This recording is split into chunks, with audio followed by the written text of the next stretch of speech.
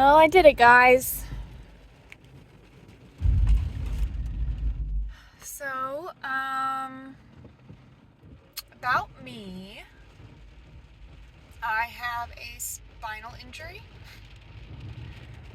and I got it back in 2015. I have a L5S1 bulging disc. That's just painful. And for the past, this is the third year now that I've gotten spinal injections, but this was the first time I got a spinal injection awake. I've always been sedated for them, but insurance is a crock. Don't even get me started on insurance. I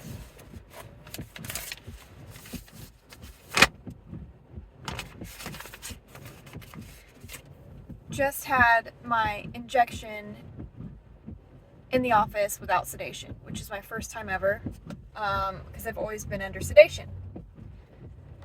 But insurance is so expensive that even with insurance, it's been costing me thousands of dollars to have my injection done at the surgery center. I'm so sorry if this is super shaky for you, but I have to put you on the stand so I can drive in this nasty weather.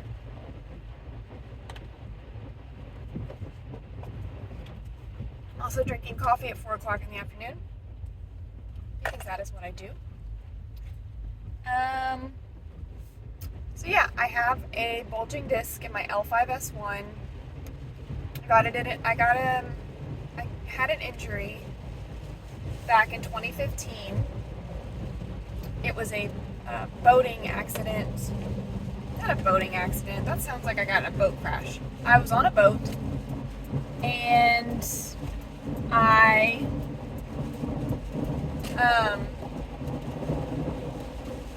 was water skiing.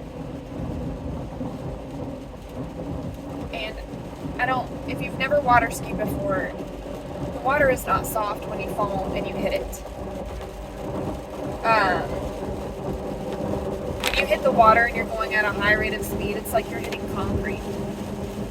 So I hit the water on my butt, and I've water skied all my life, but sometimes you just hit a wave wrong and you crash. Skis fly off, whatever.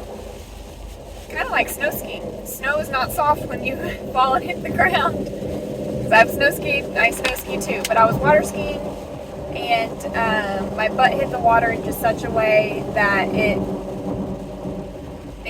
compressed my spine. And I crawled back up on that boat, and I knew instantly something was wrong. I didn't want to admit it for a long time, for years. I did not want to admit that something was wrong. And I actually forgot that happened. I put it off, but it wasn't like the injury took me out by any means. I wasn't like, when I had that happen, it was just very like, I knew my back hurt and I needed to like lay flat. But over time, as like years went on, I would be in situations where I would bend over and it would like catch, and then my sciatic started acting up where I'd have really bad shooting pains down my legs, to the point where I became slowly inactive. I stopped being active and I started gaining weight and living an unhealthy lifestyle. And then, COVID didn't help because everyone was inside, and there was a time where I went to go get gas, and I went to turn and put my seatbelt on, and when I turned just to put my seatbelt on, I threw my back out and I couldn't drive. Buddy had to come to the gas station and rescue me. Literally, I had to lay all the way back, and he had to come get me from the gas station.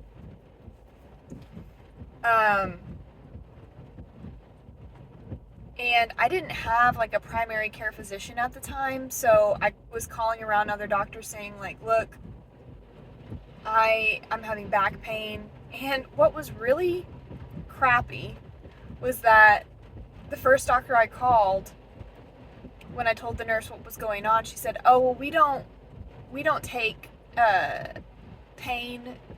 We're not, what did she say? She said, we don't take patients that are seeking pain pills. Because I said I was in pain and my back hurt and what I said was, I need someone to give me an order for an MRI. I'm done with throwing my back out. I'm done laying on the floor for weeks at a time. I'm done being bedridden. I'm done. Like, I was, when you are in chronic pain, I was annoying myself with how much I was complaining and whining and sad and hurting. So I know if I was annoying myself, I was annoying everyone around me. I didn't want to be that person anymore. I wanted to be able to play with my kids. I wanted to be able to run and be active like the way that I used to be. And I didn't want to live that life, and I didn't want to feel sorry for myself anymore. So I picked myself up and I started to figure out what I needed to do. And what does the first person say to me when I tried to get myself help is, oh, we don't see pain pill seekers. We're not in the business to see junkies. Okay. That was disheartening. I'll tell you that. I'm not going to name drop the doctor's office because I didn't end up going there, obviously.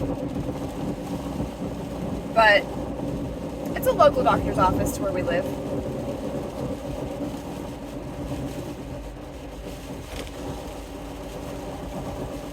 So anyway, I ended up going to a different doctor's office. I explained I was depressed. I explained my symptoms, and they got me an MRI order. I told them I don't want pain pills. I don't want pain medication. I just want to find out what's wrong. So I got an MRI order, went to go get my MRI, and that's when they found out that I had a disc issue, which your L5S1 is your disc closest to your tailbone. It's very, very, very low. So they asked me, so then he sent me to a spinal orthopedic surgeon. And in that visit, that doctor said, did you have any trauma? Or when did this all start? Like, when did you start noticing you had pain? And I was like, it's been years that I've been putting this off, and it's just been gradually getting worse. And now I'm finally at the point where I need help. I can't go on like this anymore. And he was like, well, when did you first start feeling back pain? And I really had to dig deep. And I was like, man, I don't know. And he's like, do you remember having any sort of like jarring accident, car accident, or any sudden jarring or movements? And then it clicked, and I was like, yeah, I fell, and I remember having to crawl back on the boat. And he was like, yeah, that could absolutely do it, and it can just, over time, your disc, your bulge just gets worse and worse and worse, and the inflammation and the scar tissue and all that.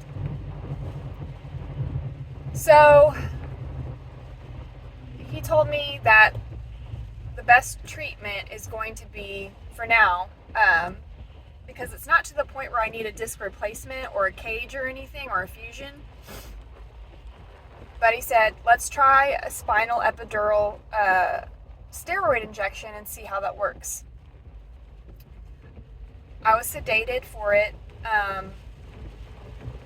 because it is in your spine, and you have to be really still and all that kind of stuff, and it is painful to have a shot in your back. But when I tell you the life-changing medication, life-altering medication that this is for me, and this doctor did say something to me that kind of lit a fire in why I decided to start my my fitness journey, because he said I was overweight. As a child and as a teenager and as an early adult, I've not been overweight before, but because of this injury, I had, you know, like a sedentary lifestyle, and I became overweight. And he said, look, this injection, if you can start to feel better and strengthen your core and your back, your muscles may be able to recover and really compensate for your spine and help you to prolong these injections. Some people need them like every 3 months. He's like, but if you can get in shape, take advantage of this time, your quality of life will improve drastically. And I was like, yes, I'm on it. And that's exactly what I did. I got that injection, and when I tell you I felt like an 18-year-old again, I was like, I can tell you what it was. I bent over to pick up my laundry basket. I just bent over to pick it up when I noticed that the shot had kicked in, because it takes a couple days. And I felt so fluid, and it was so easy, and I didn't have to like brace myself for the pain. I just was able to bend over and stand up. Oh my gosh, like just that alone, I cried, because I could do laundry. I could do things again. And yeah, so I was like, absolutely, this is the best thing that's ever happened to me. Like, so now about every 8 months, I'm on track about every 8 months. Unfortunately, I had another MRI at the end of last year, and it did show I had some progression, and my bulge is getting a little worse. And I do have arthritis in my hips, which the doctor said a lot of times, you know, many people have arthritis and they just don't know it until something like this happens.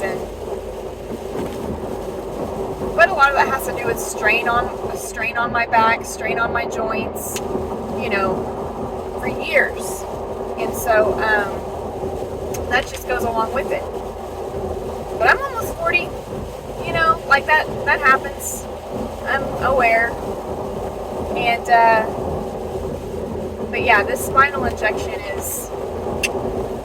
So anyway, I just got a new one today, and it was the first time that I was awake during it, and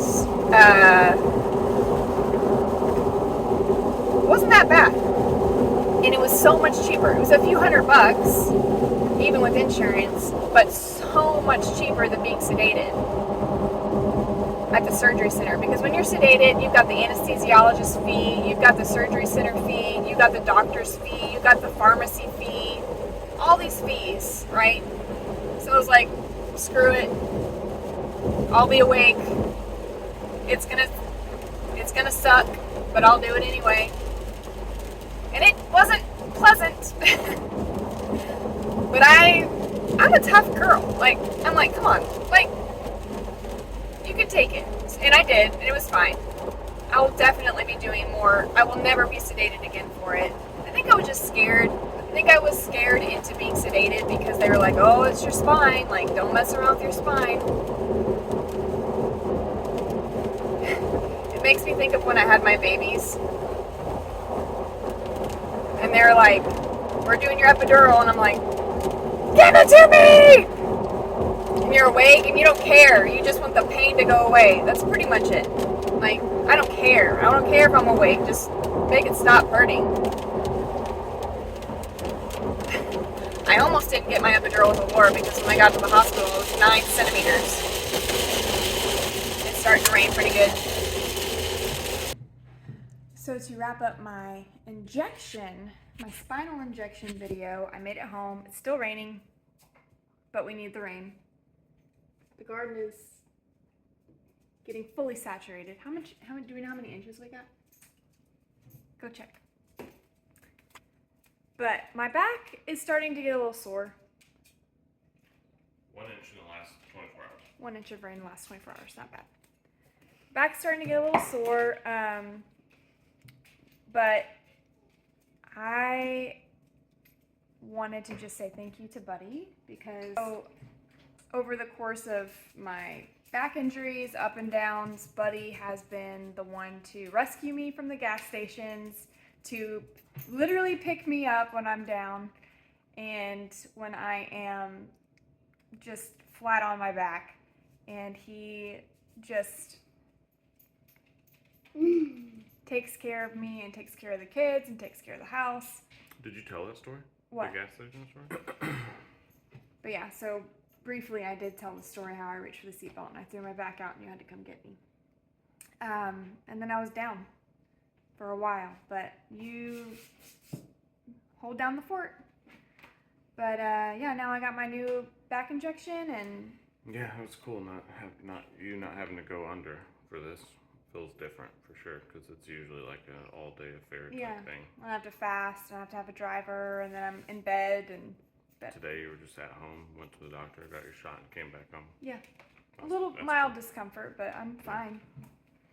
But yeah, so I feel good, and so there's a little bit of a backstory to my garden cart. Buddy tries to make sure that And the raised beds. And the raised beds. Buddy built me my raised beds because of my bad back. Buddy got me my garden cart to help me with my back. But back pain and chronic pain's no joke. So if you are dealing with that, I know how you feel and I'm with you on that. And yeah, just take care of yourself, because if you don't take care of yourself, then you'll fall apart and then you'll have to be picking up the piece, you know, your family will have to pick up the pieces for you. So take care of yourself. Thank you for taking care of me. Mm-hmm. All right, bye guys.